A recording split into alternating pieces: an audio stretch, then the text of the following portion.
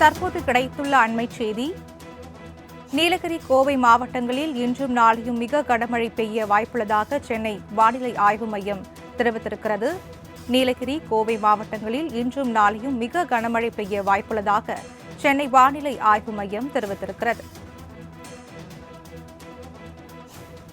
இதுகுறித்த கூடுதல் விவரங்களை நமது செய்தியாளர் செலினாவிடம் கேட்கலாம். வணக்கம் செலினா, விவரங்கள் என்ன பதிவு பண்ணலாம்?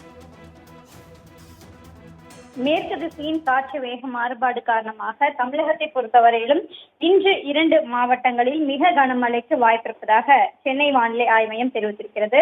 குறிப்பாக இன்று நீலகிரி, கோவை ஆகிய மாவட்டங்களை பொறுத்தவரையிலும் மிக கனமழைக்கான ஆரஞ்சு நிற எச்சரிக்கை என்பது விடுக்கப்பட்டிருக்கிறது.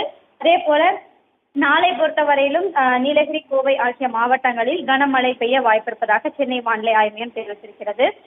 அதே போல பார்த்தோம் என்றால் கிருஷ்ணகிரி, தருமபுரி, சேலம், ஈரோடு, திருப்பூர், திண்டுக்கல், தேனி, தென்காசி, திருநெல்வேலி, கன்னியாகுமரி ஆகிய மாவட்டங்களில் இன்று கனமழை பெய்ய வாய்ப்பிருப்பதாகவும், அதே போல குறிப்பாக பல்வேறு மாவட்டங்களை பொறுத்தவரையிலும் தமிழகத்தில் இன்று லேசானது முதல் மிதமான மழைக்கு வாய்ப்பிருப்பதாகவும், சென்னையை பொறுத்தவரையிலும் அடுத்த 48 மணி நேரத்திற்கு வானம் ஓரளவு மேகமூட்டத்துடன் காணப்படும்.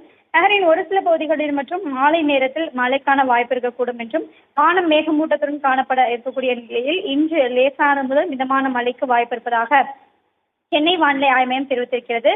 குறிப்பாக இன்று தமிழகத்தில் 2 மாவட்டங்களில் மிக கனமழைக்கும், அதே போல நாளை 2 மாவட்டங்களில் கனமழைக்கும் வாய்ப்பு இருக்கக்கூடும் என்றும் வானிலை ஆய்வு மையம் எச்சரிக்கை விடுக்கப்பட்டிருக்கிறது. விவரங்களுக்கு நன்றி செலினா.